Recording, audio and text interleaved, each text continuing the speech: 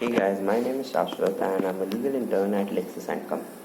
In this video, I'll be talking about the malicious prosecution which comes under the law of torts.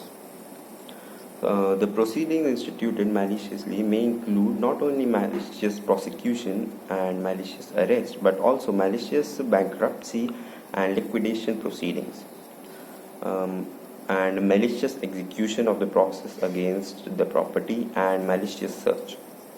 Malicious prosecution is the malicious intention of unsuccessful criminal or bankruptcy or liquidation proceedings against another without reasonable or provable case.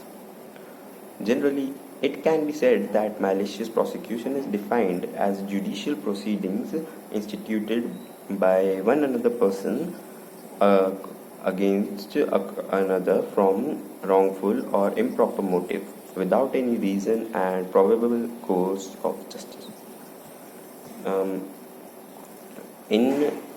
The essential elements of malicious prosecution are firstly the prosecution by defendant, then absence of reasonable and probable cause, defendant acted maliciously, termination of proceedings in the favor of plaintiff, and the plaintiff suffering the damage as a result of the prosecution.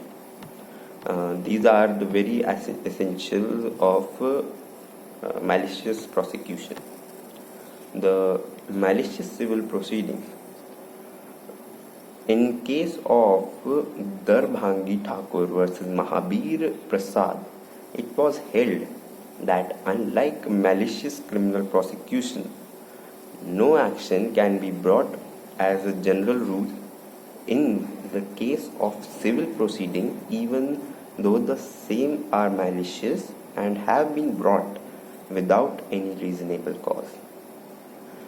Also, in the case of Genu Ganpati versus Bhalchandra Jeevraj, it was held that following are the essentials to establish malicious abuse of civil proceedings. The malice must be proved. The plaintiff must allege and prove that the defendant acted without reasonable and probable cause and the entire proceeding against him have either terminated in his favor or the process complained has been suspended or discharged. Also, the plaintiff must also prove to such civil proceeding have interfered with his liberty or property, or that such civil proceedings have affected or likely to affect his reputation.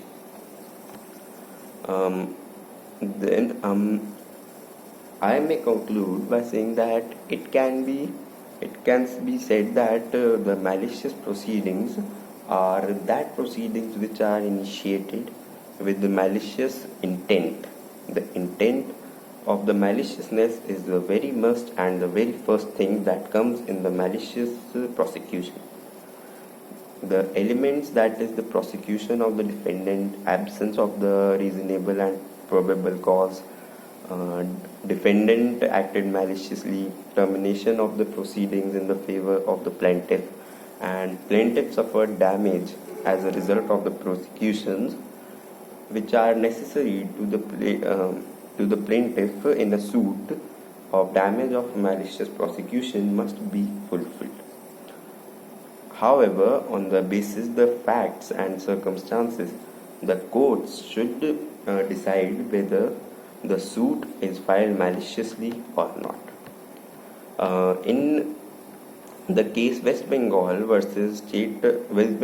State of Electricity Board versus Dilip Kumar Ray, the court defined the term malicious prosecution by saying that a judicial proceeding instituted by one person against another from wrongful or improper motive and without probable cause to sustain it is a malicious prosecution.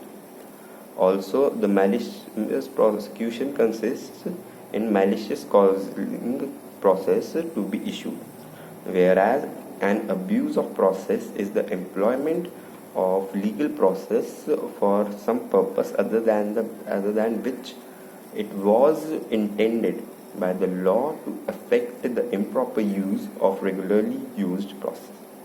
That is it. Thank you.